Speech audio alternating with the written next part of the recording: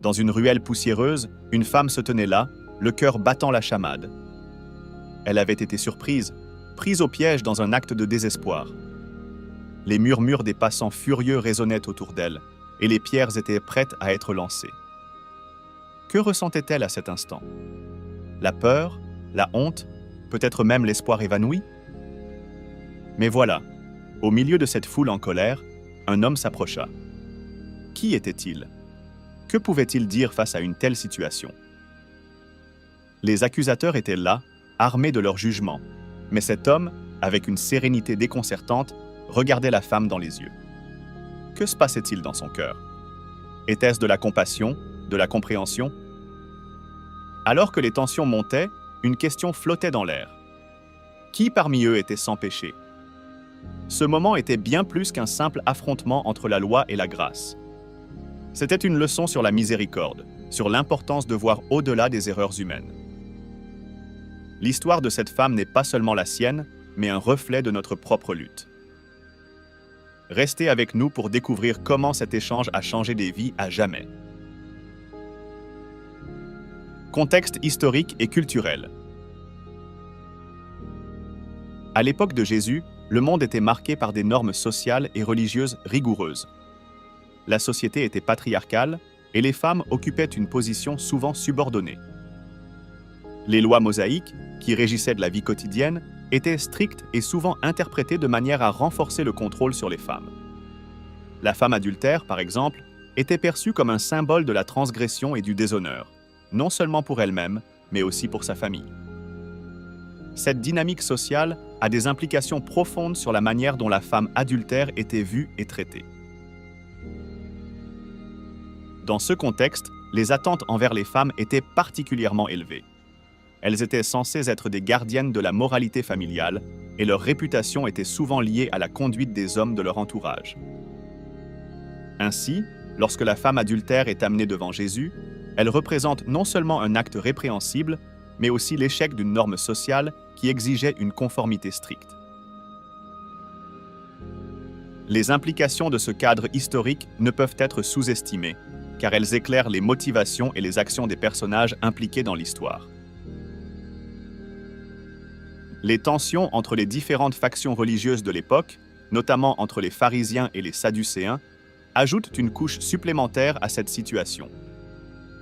Les pharisiens, en particulier, se considéraient comme les gardiens de la loi et de la pureté religieuse. Leur désir de piété et de conformité à la loi les a poussés à utiliser cette femme comme un instrument pour piéger Jésus. En d'autres termes, l'histoire de la femme adultère est ancrée dans un environnement où la loi et la moralité étaient souvent manipulées pour servir des agendas personnels ou politiques. Cette dynamique historique souligne le contraste entre la rigidité de la loi mosaïque et la compassion que Jésus incarne. Alors que les leaders religieux s'efforcent de maintenir l'ordre social par le jugement, Jésus remet en question ces normes. Sa présence dans cette scène devient un point de rupture, où la miséricorde commence à prendre le pas sur la condamnation. L'histoire de la femme adultère, à travers ce prisme, devient un récit de rédemption et de défiance à l'égard des normes établies. Enfin, cette compréhension du contexte historique et culturel est essentielle pour analyser les implications plus profondes de l'histoire. Elle nous permet de voir la femme adultère non seulement comme un individu en faute, mais comme un produit d'un système qui la juge et l'opprime. C'est cette complexité qui rend la réaction de Jésus d'autant plus significative, car elle offre une nouvelle voie de compréhension et de compassion dans un monde régi par la peur et le jugement. Avant de commencer avec le contenu d'aujourd'hui, j'aimerais vous demander un petit service. Si vous appréciez nos vidéos et souhaitez continuer à voir plus de contenu passionnant, nous vous invitons à liker cette vidéo et à vous abonner à notre chaîne. C'est le meilleur moyen de nous soutenir et de rester informé de toutes les nouvelles histoires et vidéos que nous partageons. N'oubliez pas d'activer la cloche de notification pour ne manquer aucune vidéo. Merci de faire partie de notre communauté et maintenant, profitez de la vidéo. La loi mosaïque.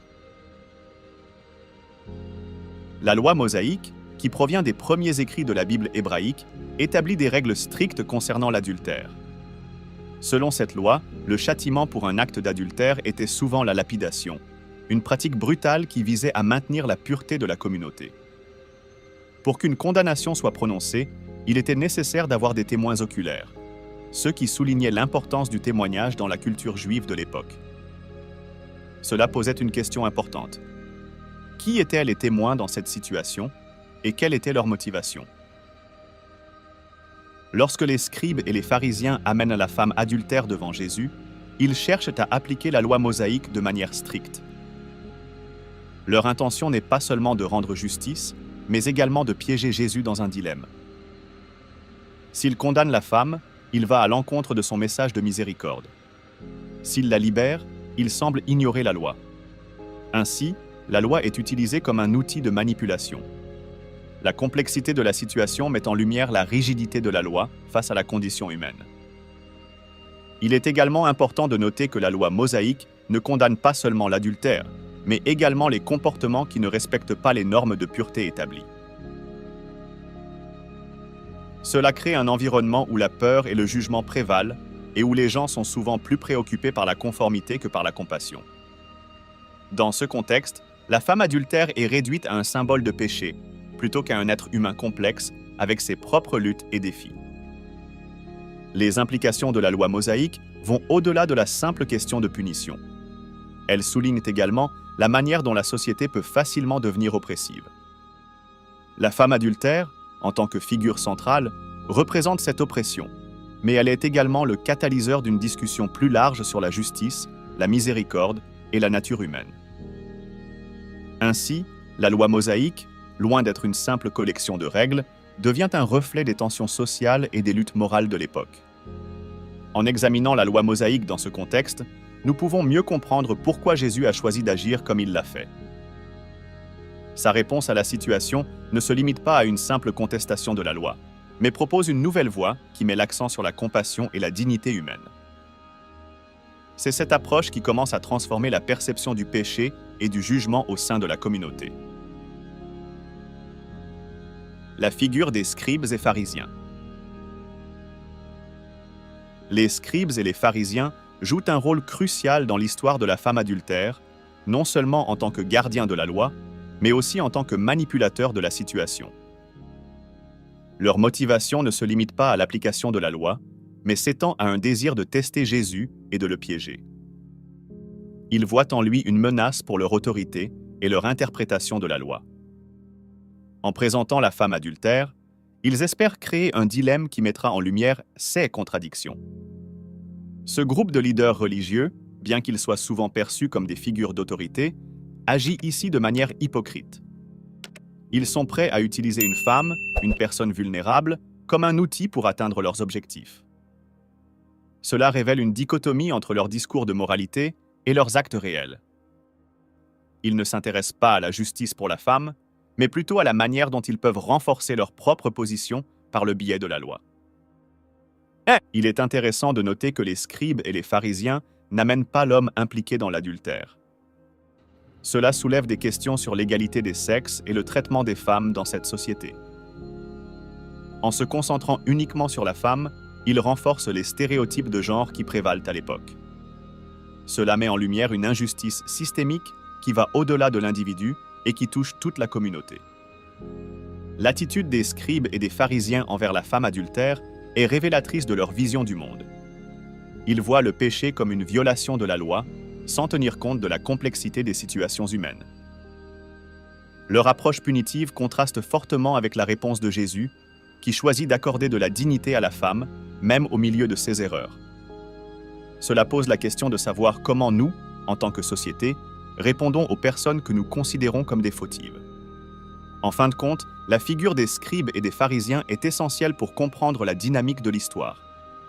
Ils incarnent une vision rigide de la loi qui privilégie le jugement au détriment de la miséricorde.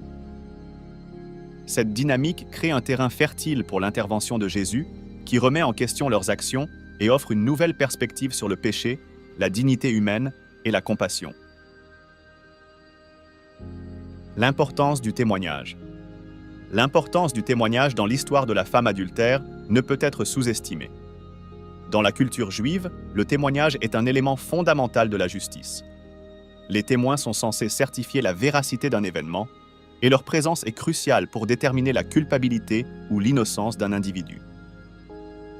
Dans ce cas, les scribes et les pharisiens utilisent le témoignage comme un outil pour condamner la femme, mais leur propre motivation éthique est rapidement mise en question. Lorsque la femme est présentée devant Jésus, la question des témoins devient immédiatement centrale.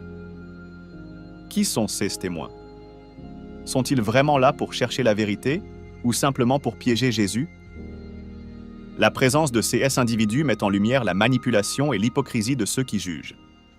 Cela soulève également des interrogations sur la nature du témoignage en tant que concept.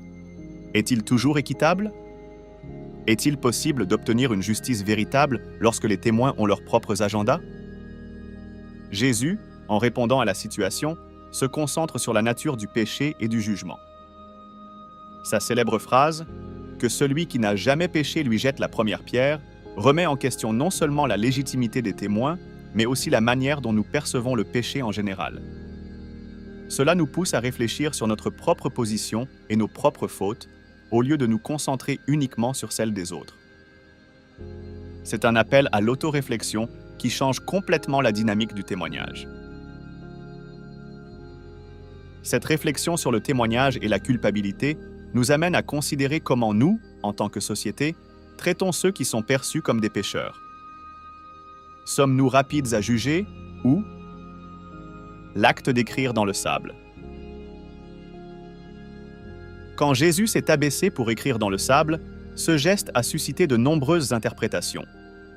Certains pensent qu'il a écrit les péchés des accusateurs, révélant ainsi leur hypocrisie.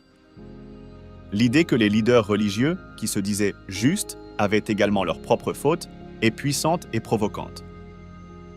D'autres suggèrent qu'il a peut-être écrit des versets de la loi mosaïque, rappelant à tous la gravité de leurs actions. Ce moment de silence, où le regard est tourné vers le sol, crée une tension palpable dans la scène. Ce geste de Jésus a également un caractère symbolique. Écrire dans le sable évoque l'idée de la fragilité et de l'éphémère. Les mots, tout comme les jugements humains, peuvent s'effacer rapidement. Cela invite à réfléchir sur la manière dont nous jugeons les autres et la permanence de nos décisions. Les accusateurs, qui semblaient si certains de leur position, se retrouvent face à une vérité plus complexe. En agissant ainsi, Jésus les pousse à se questionner sur leur propre moralité. De plus, ce moment de recueillement permet à tous de prendre du recul. Au lieu de se précipiter pour condamner, ils sont invités à réfléchir à leur propre vie. Cela ouvre la porte à la repentance et à l'auto-examen. Les paroles de Jésus, précédées de ce geste, prennent alors un poids encore plus important. L'écriture dans le sable devient un appel à la réflexion personnelle et à la compréhension de la nature humaine. Le fait que Jésus écrive sans se presser renforce l'idée qu'il ne cherche pas à juger rapidement. Il prend son temps, laissant l'atmosphère se charger d'une tension émotionnelle. Les regards des accusateurs et de la foule sont rivés sur lui, attendant une réponse. Ce moment silencieux devient un espace de méditation où chacun peut considérer ses propres actions sans l'influence des jugements extérieurs. Enfin, l'acte d'écrire dans le sable représente une rupture avec les normes établies. Dans une société où la loi était souvent rigide, Jésus introduit une nouvelle manière de penser. En utilisant un geste simple, il remet en question les fondements de la condamnation et de la punition. La scène devient alors le reflet d'une nouvelle approche de la justice, où l'amour et la compassion prennent le pas sur le jugement. La réponse de Jésus. La célèbre phrase de Jésus, « Que celui qui n'a jamais péché jette la première pierre », est un tournant décisif dans cette histoire. Elle soulève une question fondamentale sur la nature du péché et du jugement. Jésus ne nie pas le péché de la femme, mais il rappelle à tous que chacun est faillible. Ce n'est pas seulement un appel à la compassion, mais aussi une invitation à l'humilité. En reconnaissant nos propres échecs, nous pouvons mieux comprendre ceux des autres. Cette réponse souligne également la gravité de l'hypocrisie. Les accusateurs, en cherchant à condamner la femme, oublient qu'ils ne sont pas exempts de faute. Jésus met en lumière ce double standard, où les jugements sont souvent portés sans introspection. Cela crée un espace où la culpabilité collective est reconnue et où la miséricorde peut émerger.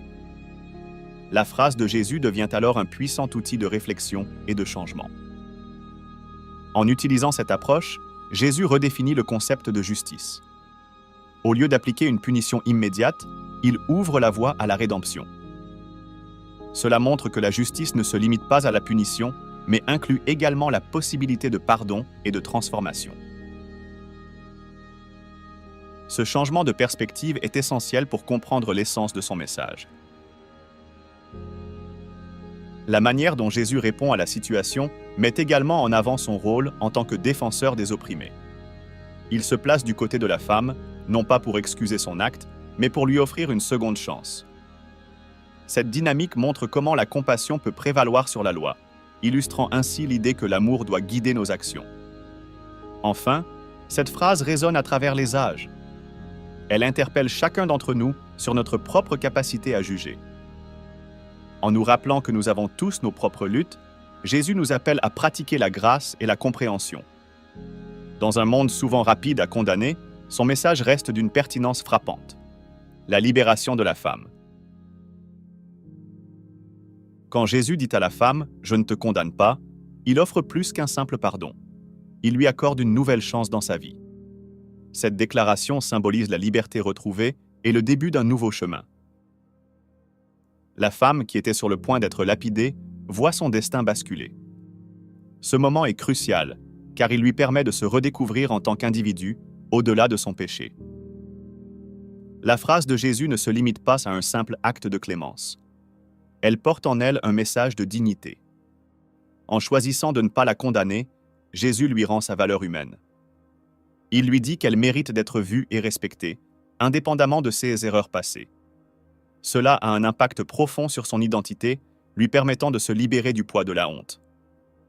Au-delà du pardon, cette déclaration ouvre également la porte à la transformation personnelle. La femme est invitée à réfléchir à sa vie et à ses choix. Elle se voit offrir l'opportunité de changer, de se réinventer. Cela illustre l'idée que le pardon ne signifie pas l'absence de conséquences, mais plutôt la possibilité d'un nouveau départ.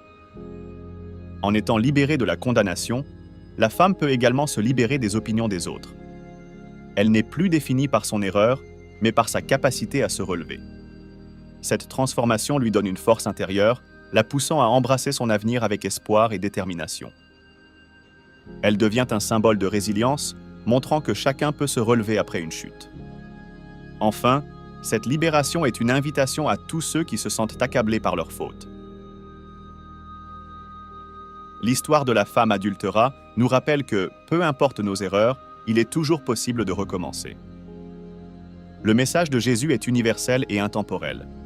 La grâce est à notre portée et la rédemption est possible pour chacun d'entre nous. La transformation personnelle.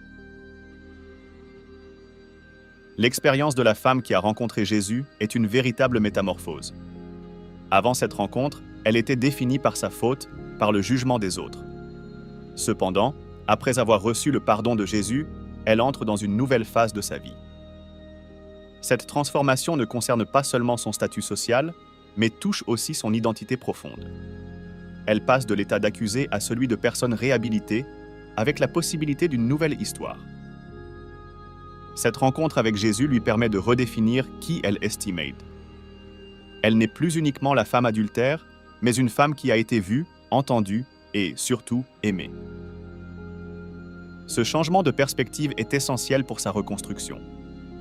En se libérant de l'étiquette négative qui lui était collée, elle peut commencer à se voir sous un jour nouveau. Cela lui offre une chance de vivre pleinement et d'embrasser son potentiel. La transformation personnelle implique également un engagement à changer ses comportements. Jésus lui dit de ne plus pécher, ce qui n'est pas une simple exigence, mais une invitation à choisir un chemin différent. Cela lui demande de réfléchir à ses actions et à leurs conséquences. Cette responsabilité est un aspect crucial de la transformation, car elle l'encourage à prendre son destin en main. De plus, l'expérience de la femme est un puissant témoignage de la puissance du pardon. Elle devient un exemple vivant de la capacité de chacun à changer. Son histoire inspire ceux qui l'entourent à envisager la possibilité de la rédemption dans leur propre vie. Cela crée un effet d'entraînement, où le changement personnel peut influencer positivement la communauté.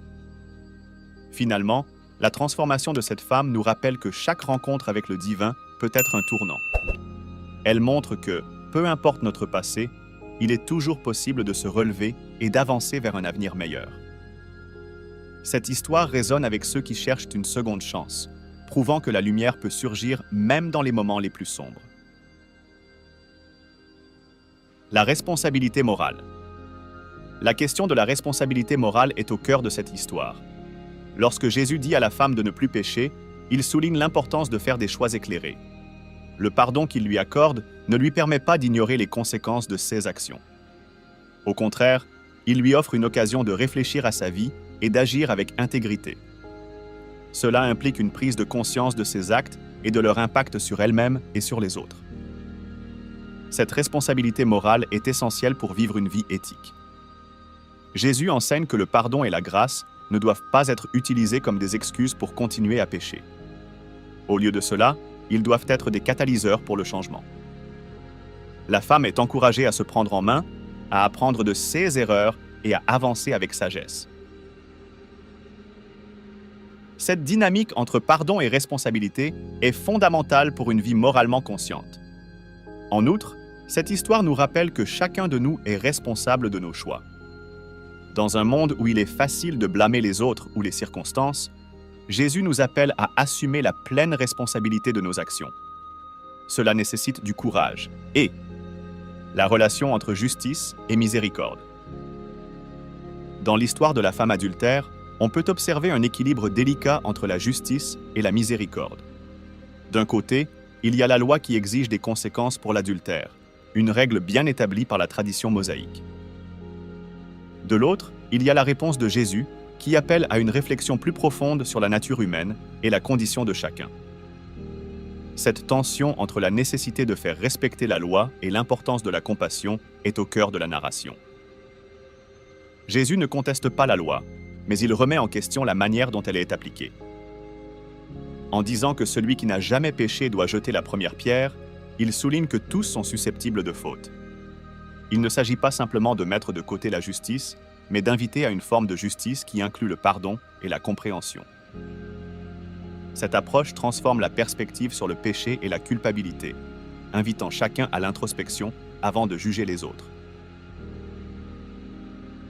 La miséricorde de Jésus ne signifie pas l'absence de justice. Au contraire, elle enrichit notre compréhension de ce que cela signifie être juste. La justice divine, par exemple, ne se limite pas à des punitions, mais elle inclut aussi la restauration et la réconciliation. Cette vision offre une perspective plus large sur le rôle des lois dans nos vies et sur la façon dont nous devrions traiter les autres. En fin de compte, la scène illustre que la vraie justice doit être accompagnée de compassion. L'histoire de la femme adultère nous rappelle que derrière chaque acte de péché se cache une histoire humaine, une vie qui mérite d'être entendue et comprise. Jésus nous montre que la justice, lorsqu'elle est exercée sans miséricorde, peut devenir cruelle et inhumaine. Cette dynamique entre justice et miséricorde est essentielle dans notre compréhension des relations humaines. Elle nous interroge sur notre propre comportement et sur la façon dont nous nous engageons envers autrui. Pouvons-nous trouver un équilibre entre défendre la justice et faire preuve de compassion, comme Jésus l'a fait? Implication pour la communauté. L'histoire de la femme adultère a des résonances profondes pour nos communautés contemporaines. Elle nous pousse à réfléchir sur la manière dont nous traitons les individus qui se trouvent en marge de la société. La femme, accusée et condamnée, est un reflet des nombreuses personnes que nous marginalisons aujourd'hui. Comment réagissons-nous face à ceux qui commettent des erreurs? Sommes-nous enclins à les juger ou à leur offrir une seconde chance? Dans un monde où le jugement rapide et les étiquettes sont courants, l'exemple de Jésus nous invite à créer des espaces de dialogue et de compréhension.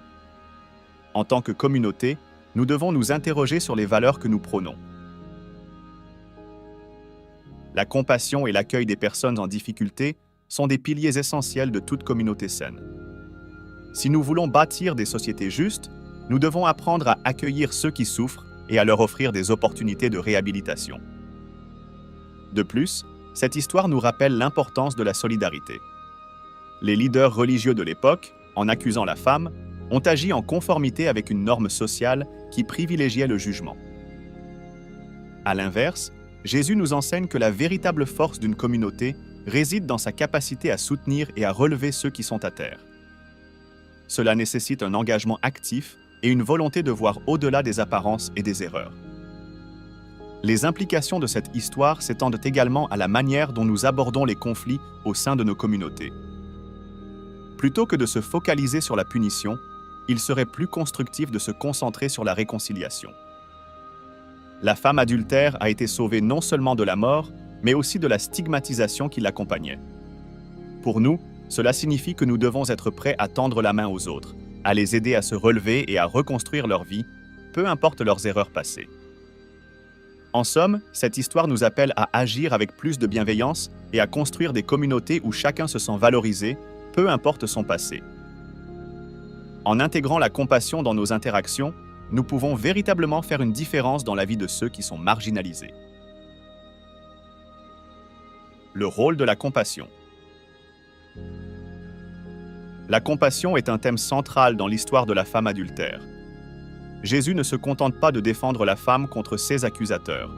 Il démontre également une profonde empathie à son égard. Il comprend non seulement la gravité de la situation, mais aussi le poids émotionnel et social que la femme porte.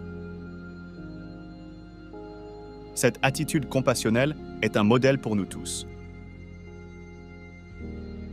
Cultiver la compassion dans nos interactions quotidiennes peut transformer nos relations et notre environnement.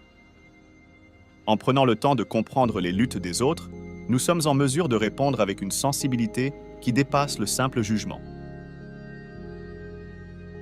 Jésus nous montre que la compassion n'est pas un signe de faiblesse, mais une véritable force. Elle nous permet de créer des ponts entre les personnes et de construire des communautés plus unies. La compassion va au-delà de l'acte de pardonner. Elle implique de reconnaître la souffrance des autres et de s'engager à les soutenir dans leur cheminement. Lorsque nous pratiquons la compassion, nous choisissons de voir l'humanité en chaque individu, indépendamment de ses erreurs. Cela peut changer les dynamiques de pouvoir et de contrôle qui souvent prévalent dans nos interactions. En outre, la compassion est un antidote puissant contre la discrimination. Elle nous rappelle que tous, à un moment ou un autre, avons besoin de compréhension et de soutien. En nous inspirant de l'exemple de Jésus, nous pouvons apprendre à accueillir les différences et à célébrer les histoires individuelles. Cela nous encourage à construire des sociétés où chacun se sent respecté et valorisé. Ainsi, la compassion est essentielle pour créer des environnements où les gens peuvent s'épanouir. En intégrant cette valeur dans notre quotidien, nous contribuerons à un changement positif, tant au niveau personnel que collectif. En fin de compte, l'histoire de la femme adultère nous enseigne que la compassion est un choix puissant qui peut façonner notre monde pour le meilleur. Réflexion contemporaine. Les enseignements de l'histoire de la femme adultère sont d'une pertinence indéniable dans notre société moderne. Dans un monde où le jugement est souvent la première réaction face à l'erreur, cette histoire nous rappelle l'importance de la compréhension et du pardon. Aujourd'hui, de nombreuses personnes vivent sous le poids de la stigmatisation, que ce soit en raison de leur passé criminel, de leur choix de vie ou de leurs différences. L'exemple de Jésus nous invite à remettre en question nos propres préjugés. Dans des situations contemporaines de discrimination, qu'elles soient basées sur l'orientation sexuelle, la race ou d'autres aspects, nous pouvons appliquer les leçons de cette histoire. Il est crucial de nous rappeler que chaque individu mérite dignité et respect, peu importe ce qu'il a pu faire. L'acceptation et le soutien peuvent ouvrir la voie à la réhabilitation et à la croissance personnelle. Les réseaux sociaux, par exemple, peuvent souvent exacerber la culture du jugement et de l'exclusion. Les messages de haine et de mépris circulent rapidement et les gens se trouvent souvent réduits à leurs erreurs. L'histoire de la femme adultère nous appelle à cultiver une culture de compassion et d'empathie, même dans les espaces numériques. En choisissant de défendre la dignité des autres, nous pouvons contribuer à un changement significatif dans nos interactions en ligne. De plus, la notion de responsabilité personnelle est essentielle. Jésus ne nie pas le péché de la femme, mais il lui offre une nouvelle chance. Cela nous rappelle que chacun d'entre nous est capable de croissance et de changement. En encourageant les autres à prendre des responsabilités pour leurs actions tout en leur offrant du soutien, nous pouvons contribuer à une société où le changement positif est non seulement possible, mais également célébré.